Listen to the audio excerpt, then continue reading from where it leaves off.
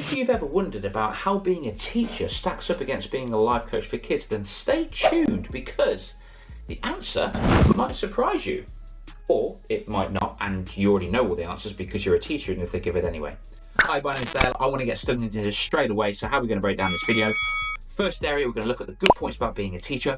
We're going to then look at the bad points about being a teacher. We're then going to be looking at the bad points about being a life coach for kids. And then we're going to finish with looking at the good points about being a life coach for kids. So without further ado, let's rock and roll. I've made a big list just down here. So what are the good points about being a teacher? Number one, you get to shape the future by educating children. That's pretty cool. You actually get to leave a lasting legacy, which is absolutely amazing. You get to witness those aha moments when a child finally gets it. It's so good.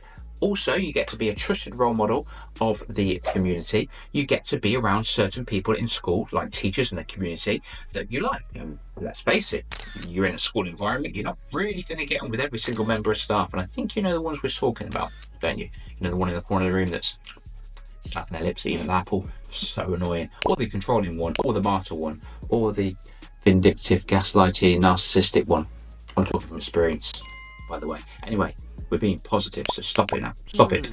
You get to enjoy longer breaks and lots of holidays. That's really cool. Caveat to that, obviously, that's when the holidays are more expensive. But anyway, teaching is a stable and respected profession. Anyway, you get to build meaningful relationships with students and sometimes parents. You get to enjoy the benefits as well, such as pensions too. So what are the bad points about being a teacher? Well, first of all, you've got long working hours beyond the school day of which you don't get paid for. You've got excessive administration tasks. We're going to dig into them in a minute. Lesson planning that consumes the evening and weekends because, by the way, you have to plan and mark over the weekends, of which you don't get paid for, yet we still do it, don't we? Weird. Directive time. You've got to prepare and get almost that offset anxiety just before they come in. And they don't even warn you. They just say, hey, we're coming in tomorrow. Great, thanks for that. Constant data entry and performance tracking. Meetings that often feel very, very unproductive. Limited time for personal or self-care. Relatively low pay compared to what you actually do in the qualifications that you've gained. I mean, you're investing like what, a year now in the university, 9.5 grand a year, and you're coming out with just like 30k a year. That's definitely not good. High stress levels, lack of financial incentives to go above and beyond, spending personal money on equipment, glue sticks. That's all I'm going to say. Unrealistic expectations from leadership or from parents, managing disruptive behaviour in the classroom, feeling unsafe sometimes in the classroom as well. This isn't every school, but I know a school where some parents smashed in a teacher's windows of the car because they gave their son a detention. And also I know somebody who got their face cut open with a metal ruler. So that's a big one. Dealing with bullying and its impact on students.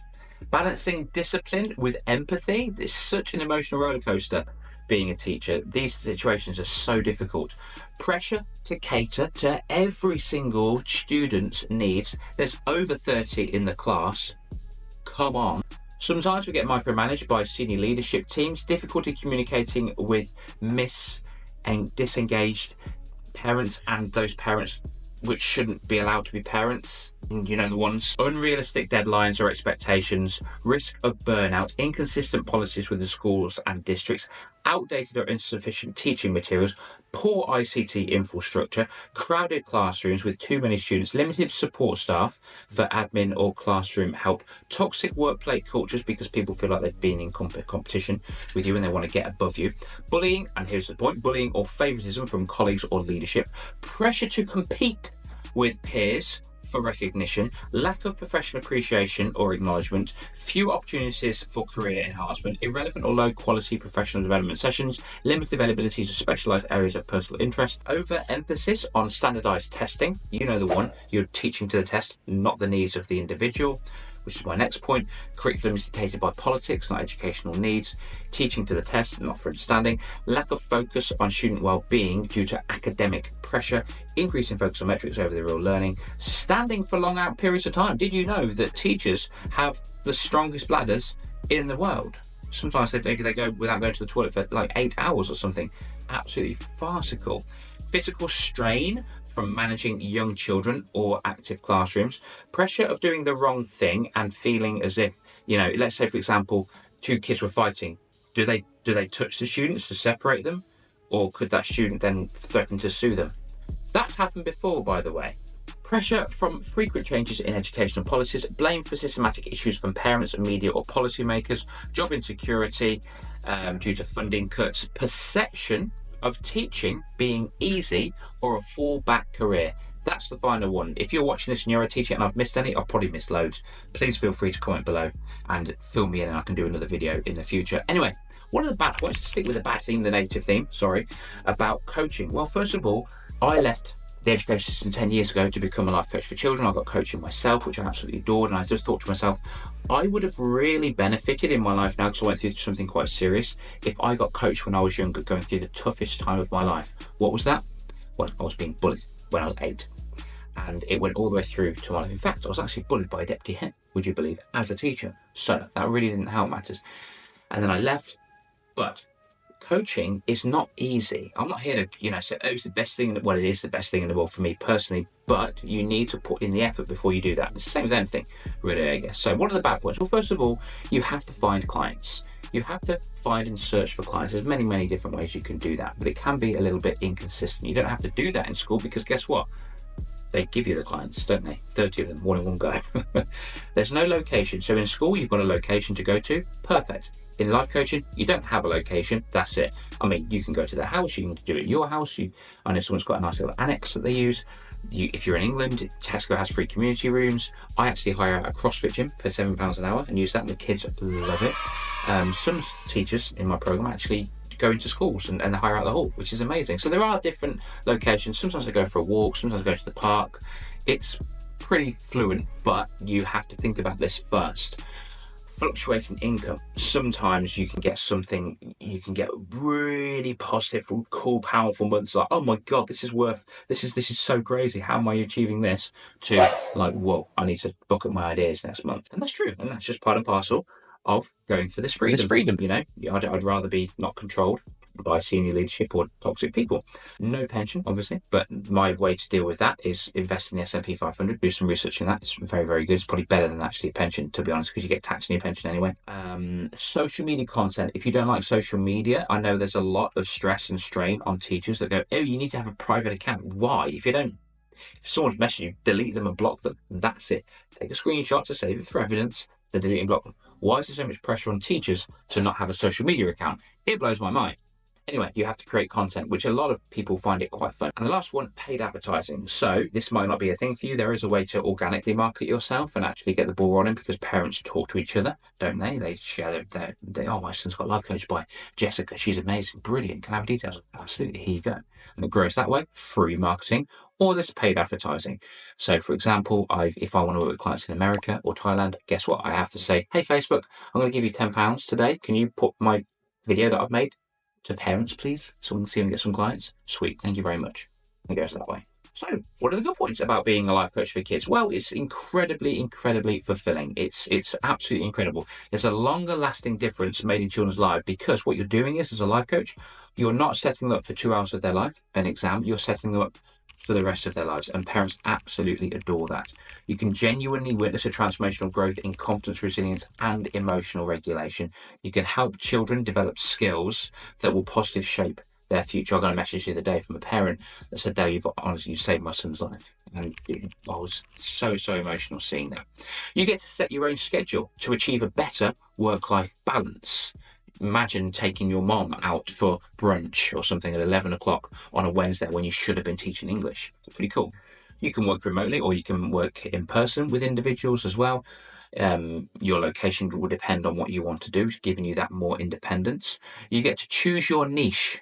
So there's somebody I'm coaching at the moment, Dave. He's working with somebody and he's doing fishing and mindset. How cool is that? So they want to sit on the lake and he does live coaching whilst they're focusing forward on the bait. It's absolutely incredible. You can earn more than a typical teacher's salary by setting your own rates.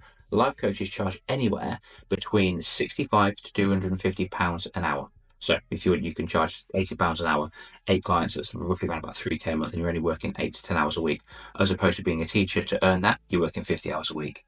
even though you're only getting paid for 34. You know what I'm trying to say? You can also actually scale your income too. So you can actually do group work with people, which will obviously invest more money with you as well. You can also speak on school stages. You can do workshops in schools as well, which means you can have a greater income.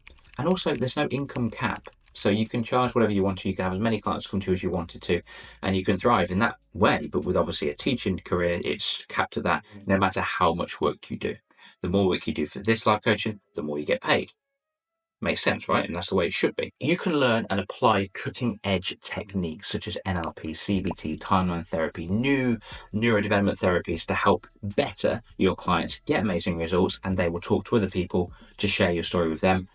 And therefore, what happens? You get more clients. You are seen as a role model in your area. It's not common being a life coach for kids. Have you ever heard of a life coach for adults? Obviously. Have you ever heard of a life coach for kids? Maybe not. So why not be the first in your area? I live in Rugby, and I was the first in my area. And I'm seen as a positive role model in my area, with parents come and see me because they want me to coach their kids. And I've gone as far as America and London and Scotland and Germany and Thailand. So it grows. Speaking of growing, you get to decide how you market yourself. You can just work with people local to you, or if you wanted to, you can actually spread your wings and go to different sides of the world, pretty much like what I did. And soon, I'm going to vlog this, by the way, I'm going to be speaking in Paris. Yay! How cool is that? I get to collaborate with schools and parents or businesses. Recently, what I've done is I've actually set up a charity, and I've combined my resources with Nike, my local Nike store, and we're doing little pop-up workshops where we're helping children in the community for free. That's really cool, right? But Nike pay me through their staff, which is pretty cool. You can host workshops, you can host retreats, you can market your business in different ways, you can go into corporate, you can do all of those things. The only thing that I haven't done is host retreats, but it's definitely on my to-do list. You can build an online presence. I mean, you could probably have a look at my social media. You could build an online presence where you can impact kids for free as well. If you have a look at my social media just there, there'll be some coaching on Instagram and TikTok. You can see that people aren't paying me for that, but I get to impact anyway, and it grows and grows and grows and thrives. And parents talk to the parents about this, and they follow me, they like me, they see my vibe, and if they're interested, then I can coach their child by them reaching out to me. It's amazing. Guess what?